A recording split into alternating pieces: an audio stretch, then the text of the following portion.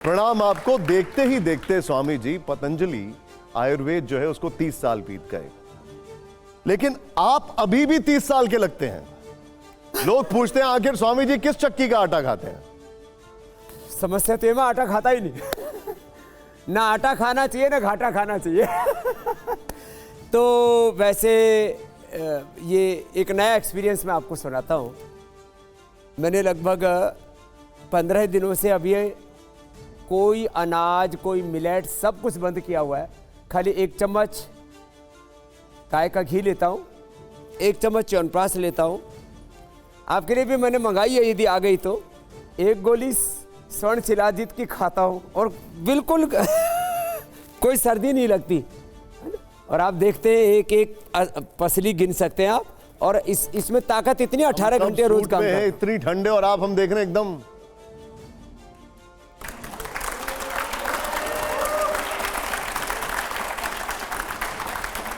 वैसे मैं पेट की चक्की घुमाता रहता हूं। वैसे एक आप हैं और एक राहुल गांधी, उनको भी सर्दी नहीं लगती है। मैं आपसे जानना चाहता हूं, आपने कहा आप आटा नहीं खाते हैं।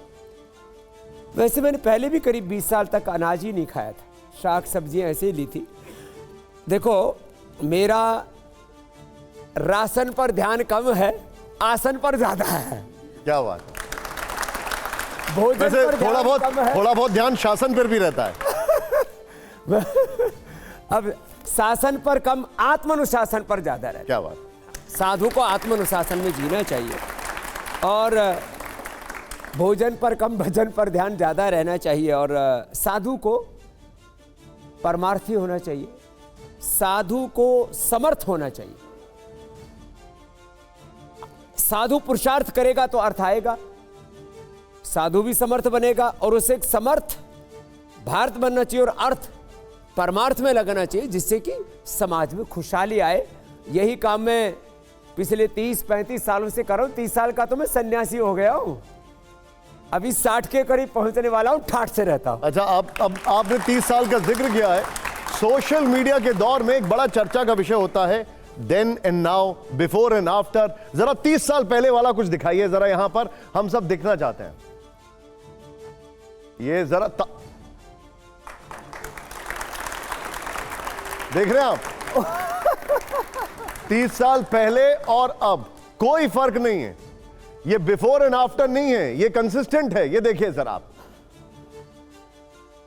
ये सब बड़ों का गुरुओं का आशीर्वाद है। और इधर भी जो बैठे इनमें आधे तो हमारे गुरु समान है, इनसे हमने बहुत कुछ सीखा है साहब। स्वामी जी 30 साल की अगर बात करें, घर घर आपने योग पहुंचा दिया है। दवाएं बना दी, दंत मंजन, शैम्पू, सब कुछ, देसी घी, पैंट, जीन्स। अब हर कोई ये जानना चाहता है कि स्वामी जी का अगला लक्ष्य क्या है। क्या सैटेलाइट भी भेजने का इरादा है?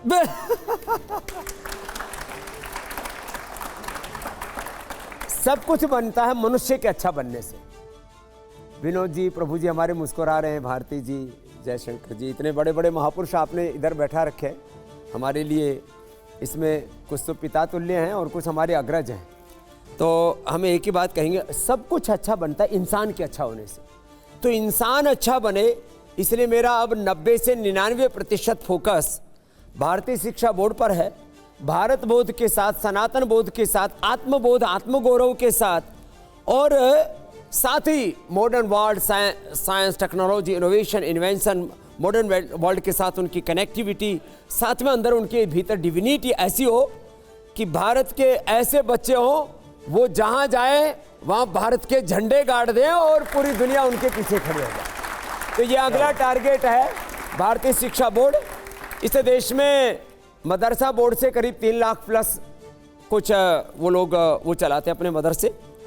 मेरा लक्ष्य है कि आने वाले 5 सालों में लगभग 5 लाख विद्यालयों को हम भारतीय शिक्षा बोर्ड से संबद्ध करें, क्योंकि ये भारत सरकार द्वारा गठित और पतंजलि द्वारा संचालित ऐसा बोर्ड है जिसमें सारी मॉडर्न एजुकेशन भी है और जड़ों में भारत और भारतीयता है।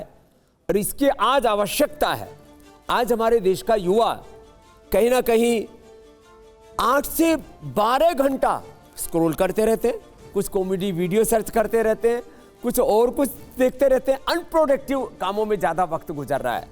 स्वामी रामदेव के साथ भी गांव से कुछ लोग थे। मैं जिस गांव में, शायद अलीपुर में, हरियाणा के, जिस अनपढ़ माँ बाप के घर में पैदा हुआ, गवर्नमेंट स्कूल में पढ़ा, बाद में गुरुकुल में पढ़ा, उस समय के मेरे उस वक्त के भी कुछ साथी हैं, कुछ बूढ़े हो गए, कुछ मर गए। तो मैं रोज सुबह 3 बजे उठता हूं निशांत जी।